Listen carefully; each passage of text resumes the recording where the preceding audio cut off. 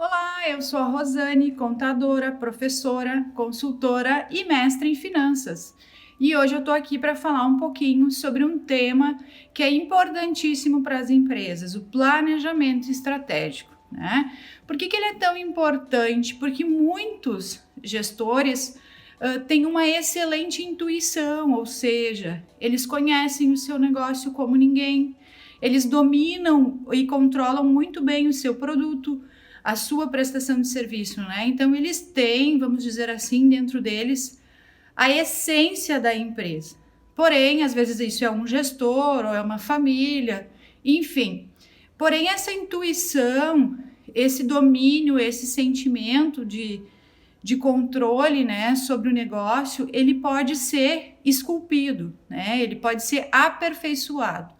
Então, o planejamento estratégico ele serve como uma espécie de fio condutor, ou seja, nele são definidas estratégias de longo e de curto prazo e também os objetivos estratégicos, né?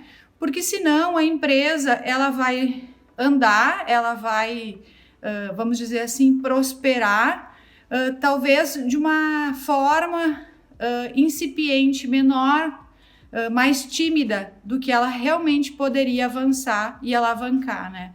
O planejamento estratégico ele traz uma grande clareza, porque nele os objetivos são definidos, né, para onde a empresa quer ir, como ela vai chegar lá.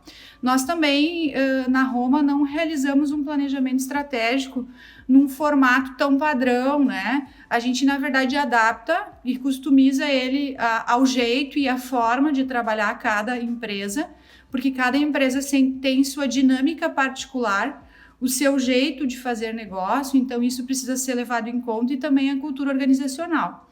Neles são analisadas as variáveis do ambiente interno da empresa, ou seja, os potenciais e as dificuldades que a própria estrutura da empresa fornece, né? Às vezes a gente tem, por exemplo, o time de pessoas, os talentos como um grande potencial. Em outros casos, as pessoas precisam ser mais trabalhadas e esses talentos ainda precisam ser descobertos.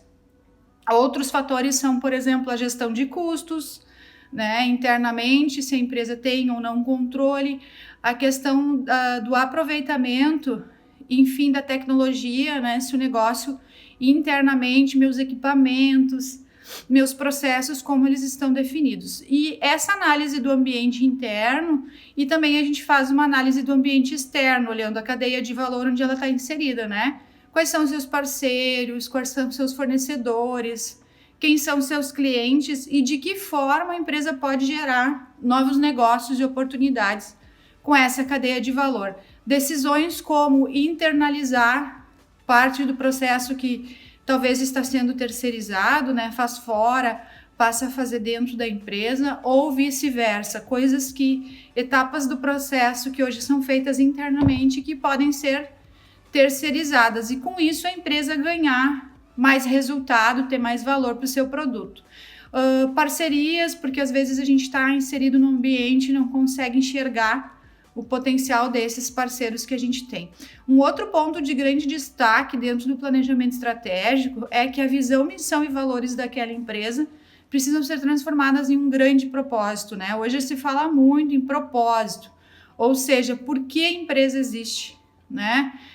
Para que ela nasceu. Então, no planejamento estratégico, a missão, a visão e os valores precisam ser normalmente revisados ou construídos, e com base nele há a criação ou a revisão do propósito do negócio, que é aquilo que as pessoas que estão dentro daquela empresa vão viver na sua essência, né? Elas realmente vão respirar, né, e transpirar aquele sentido para o negócio. Então, isso vai fazer com que haja um alinhamento em relação aos resultados.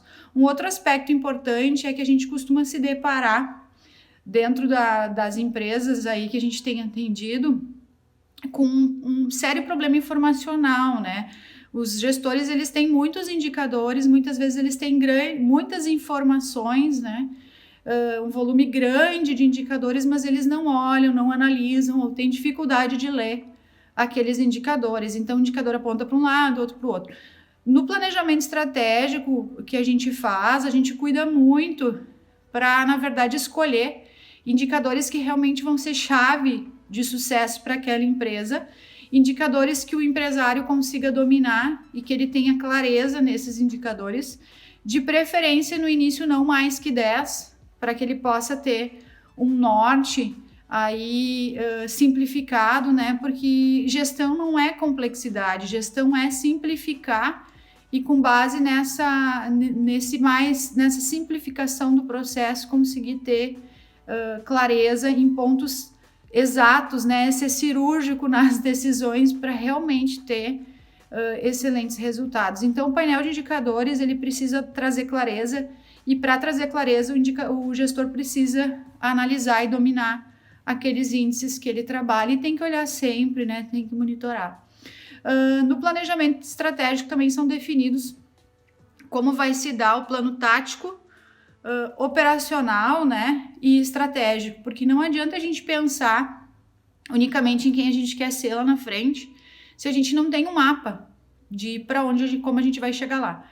Então, no planejamento estratégico, vamos dizer assim, o orçamento ele é um GPS, vamos dizer assim, né, e o plano tático ele é um mapa. Então, os indicadores nos trazem clareza para isso, também o orçamento financeiro. Depois das estratégias definidas, a implantação de um orçamento financeiro vai ajudar a controlar os direcionadores, né, a chegar até lá em termos numéricos, em termos de finanças mesmo. E também, além disso, além do orçamento, dos indicadores e do controle dessas variações, a implantação de rotinas de reunião, né, o comitê de gestão, ou seja, um processo de tomada de decisão mais formal. Muitas vezes os empresários, eles tomam as decisões no dia a dia, no calor do momento. Então, conforme as coisas vão acontecendo, eles vão tomando decisões rápidas, isso é importante para o negócio, mas não há uma imersão, pelo menos uma vez ao mês, ali uma reunião, olha como a gente foi, que resultado a gente atingiu. E eu não estou falando só em números, né? Eu estou falando na questão do propósito, será que a gente está indo para aquele caminho? Será que estes objetivos estratégicos que o meu propósito foi desdobrado, eu estou concretizando? Então, as reuniões de comitê de gestão, que trazem aí, em alguns casos, a necessidade, inclusive, de um jurídico junto, ou do contador, ou do consultor especialista, para que se tenha mais resultado nesses momentos, né?